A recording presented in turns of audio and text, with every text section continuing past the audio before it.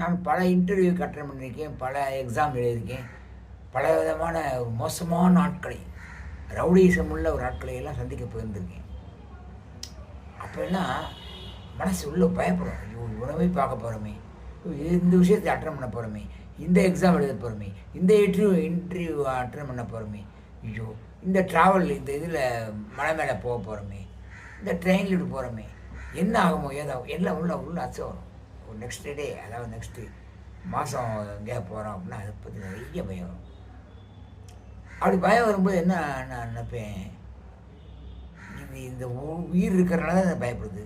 இந்த உயிருக்குள்ளே யார் இருக்கா? உயிராக இருப்பது எது? இறைவன்.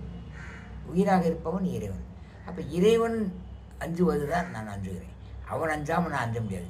எனக்கு வரக்கூடிய எல்லாவற்றையும் இறைவன் அனுபவிக்கிறான். இனி அவன் தான் பயப்படுறான். அவன் பயப்படுறதுக்கு ஒன்றுமே இல்லை. அவன் பயப்படுறான். அவன் என்னோட அறியாமையை முன்னிட்டு அவன் பயப்படுகிறான். என்னுடைய முட்டாள்தனத்தை, என்னுடைய இடியட்தனத்தை முன்னிட்டு அவன் பயப்படுகிறான். நான் விவரம் வந்தால் அவன் ஏன் பயப்பட போகிறான்?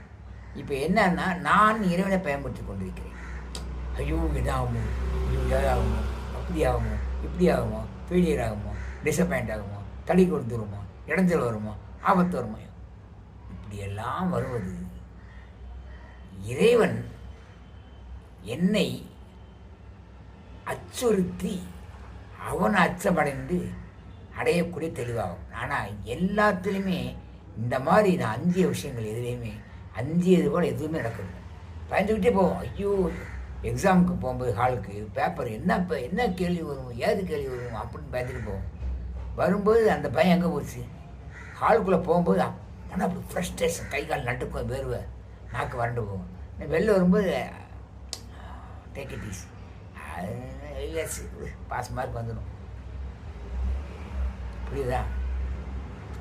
அப்போ இந்த பயங்கள், ஃப்ரஸ்ட்ரேஷன் எல்லாமே இறைவன் அறிந்திருக்கிறான். அவன் இந்த உயிரை முன்னிட்டு அவன் அஞ்சக்கூடிய விஷயத்தை நான் அஞ்சி இருக்கிறேன். இதுதான் விஷயம். நான் அஞ்சிய விஷயத்தை அவன் அஞ்சி இருக்கிறான். அதனால தான் தீர்வளிக்கிறான். நம்முடைய ஒவ்வொரு பயங்களையும் இறைவன் பயப்படுகிறான் என்று கருதி பாருங்கள். எல்லாமே தவிடுபடியாகிவிடும். லைக் பண்ணுங்கள், ஷேர் பண்ணுங்கள், சப்ஸ்கிரைப் பண்ணுங்கள்.